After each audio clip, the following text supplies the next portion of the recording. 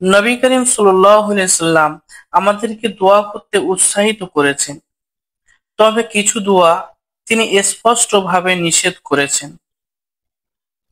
কারণ দোয়া হলো ইবাদত, আর ইবাদত হতে হবে পরিশুদ্ধ নিয়ত, শিরক মুক্ত ও কুরআন সুন্নাহর শিক্ষা অনুযায়ী।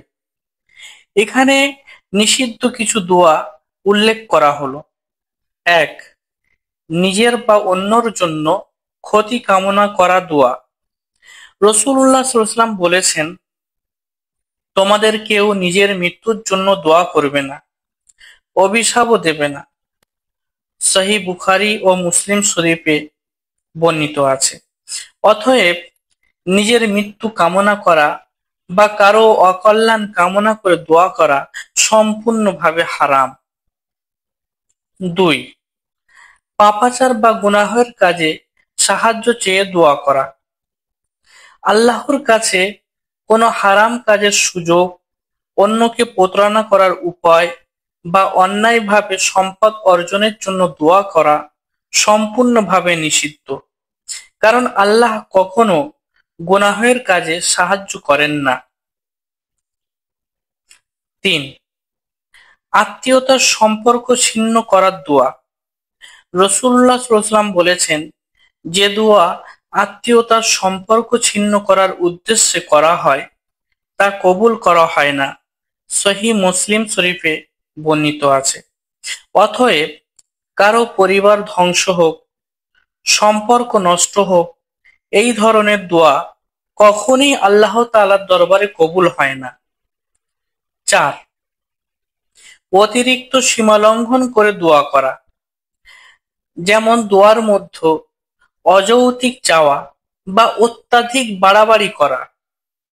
যেমন বলা, হে আল্লাহ, আমাকে জান্নাতের অমুক সোনার প্রাসাদ, আমাকে জান্নাতের অমুক গাছ চাই, ইত্যাদি ইত্যাদি খুঁটিনাটি অতিরিক্ত দাবি করা।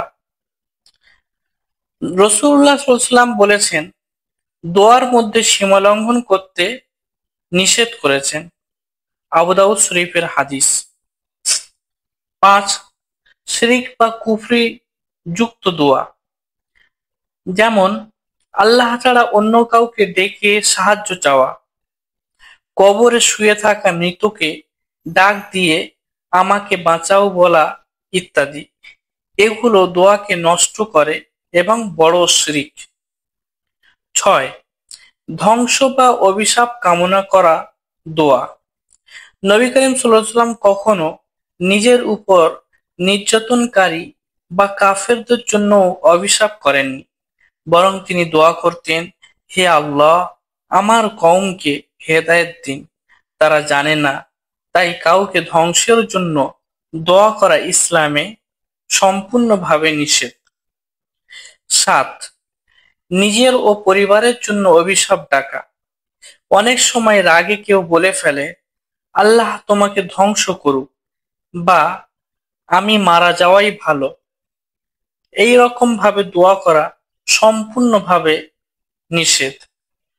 সার কথা হলো, নবী করিম সাল্লাল্লাহু আলাইহি ওয়াসাল্লাম আমাদেরকে শিখিয়েছেন আল্লাহর কাছে কল্যাণ, রহমত, হেদায়াত ও আখিরাতের সাফল্যের দোয়া করতে। ক্ষতি, গুনাহ সম্পর্কে বা নষ্ট বা অতিরিক্ত দাবি সংক্রান্ত দোয়া করা থেকে সম্পূর্ণভাবে তিনি নিষেধ করেছেন।